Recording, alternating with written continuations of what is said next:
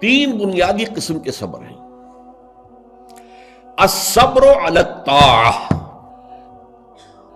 اطاعت پر صبر کرنا. حکم ہے روزہ رکھو، روزہ رکھنا ہے، چاہے پیاس سے حلق میں کانٹے پڑ رہے ہوں، مئی اور جون کا روزہ ہو.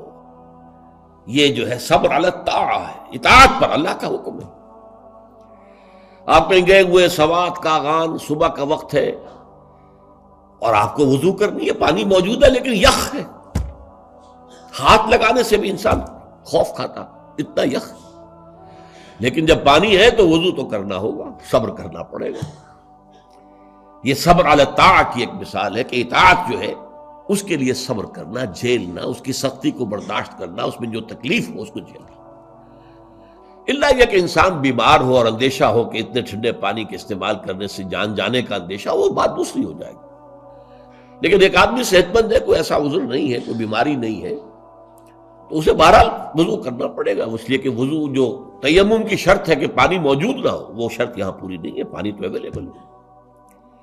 تو صبر علی الطاعہ، اطاعت پر صبر کرنا، تمام احکام جو ہے شریعت کا ان پر عمل کرنا جو ہے.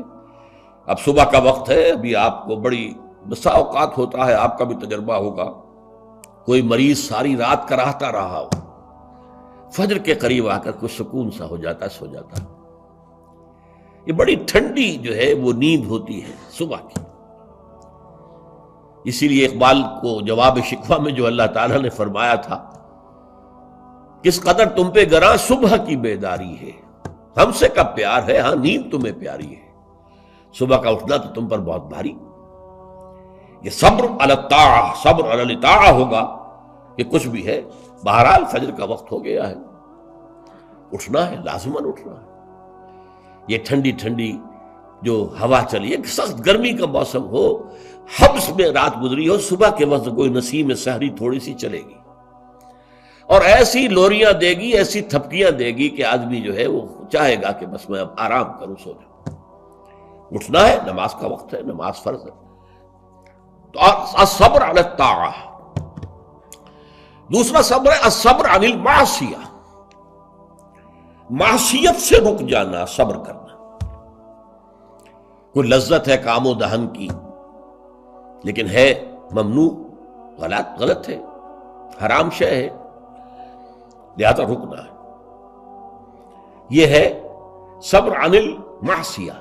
وہ ہے صبر علی الاطاعہ، اور یہاں آئے گا عن الصبر عن المعصیہ، معصیت سے اپنے آپ کو روکنا، بچانا. ٹیمپٹیشنز کتنی بھی ہوں، کتنا بھی جو ہے اس کے لیے آپ کے نفس کی طرف سے تقاضا ہو رہا ہو، کتنا ہی اندر سے وہ جذبہ ابھر رہا، روکنا، تھامنا، بند لگا دینا آگے. یہ صبر ہے. تیسرا صبر ہے صبر علی البلاء یا صبر علی الایذاء، آزمائش پر صبر کرنا اور ایذا پر صبر کرنا. اور صبر عن الطبع، یہ صبر علی البلاء جو ہے، اللہ تعالیٰ جو امتحان لیتا ہے انسان کا، ابتلاء، آزمائش. اللہ کی راہ میں جہاد کرنے میں ابتلاء آ رہا، آزمائش آ رہی ہے، جان دینا پڑے گی، مال دینا ہے.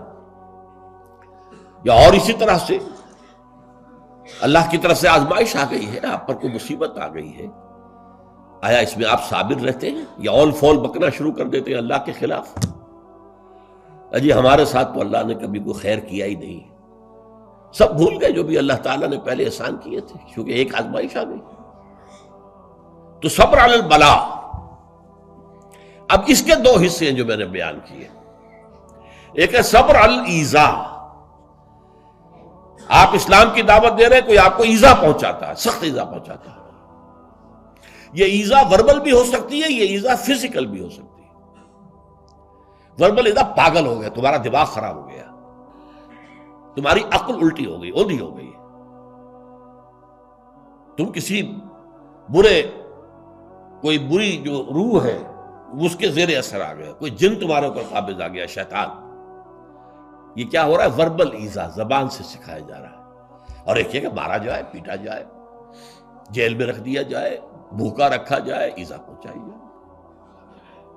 اور ایک اسی کا مرحلہ آتا ہے ذرا بعد میں، جب وہ غلط معاشرہ اچھی طرح ٹھوک بجا کر دیکھ لیتا ہے کہ یہ ایذا سے تو یہ باز نہیں آئے، اپنی بات سے جمے ہوئے ہیں، ٹکے ہوئے ہیں، ڈٹے ہوئے ہیں، تو پھر کچھ لالچ دیا جاتا ہے، دیکھو ہم تمہیں اپنا بادشاہ بنا لیں گے، تم یہ بات چھوڑ دو، دیکھو ہم تمہیں قریش کی جس عورت کی طرف اشارہ کر دو جس کا حسن تمہیں اچھا لگے، ہم اس سے شادی کر دیں گے تمہاری، تمہیں جتنا مال و دولت چاہیے تمہارے قدموں میں ڈال دیں گے، تمہارے بتوں کو برا نہ کہو، یہ نہ کہو یہ بات نہیں۔ اب یہ طمع ہے،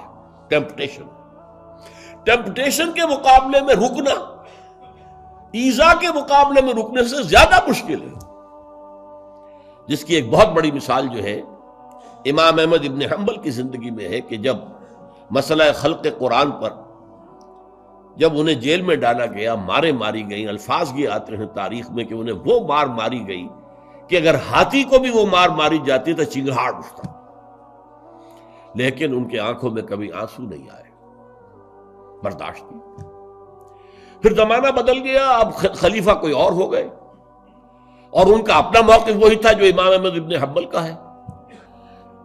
تو اب دارالخلافہ سے، ایوان خلافت سے ایک ایلچی آیا ہے اشرفیوں کی تھیلیاں لے کر کے یہ خلیفہ نے آپ کو بھیجی۔ اس پر حضرت امام احمد ابن حنبل رو پڑے، اے اللہ میں اس آزمائش کا اہل نہیں ہوں، یہ آزمائش سختر ہے اس مار سے کہ مجھے جیل کے اندر پڑ رہی تھی، اس سے رکنا بہت مشکل ہے۔ تو میں نے یہ صبر کی قسمیں آپ کو گنوا دی۔ صبر علی الطاعہ، صبر عن المعصیہ۔ نمبر 3، صبر علی البلاء، علی الابتلاء، اس کی 2 قسمیں۔ صبر علی الایذاء، اس کی 2 قسمیں، زبانی کلامی وربل یا فزیکل جسمانی طور پر تکلیف پہنچا کر، اور پھر صبر عن الطمع، ٹیمپٹیشنز کے مقابلے میں اپنے آپ کو رو کے رکھنا۔ یہ صبر کی قسمیں ہیں۔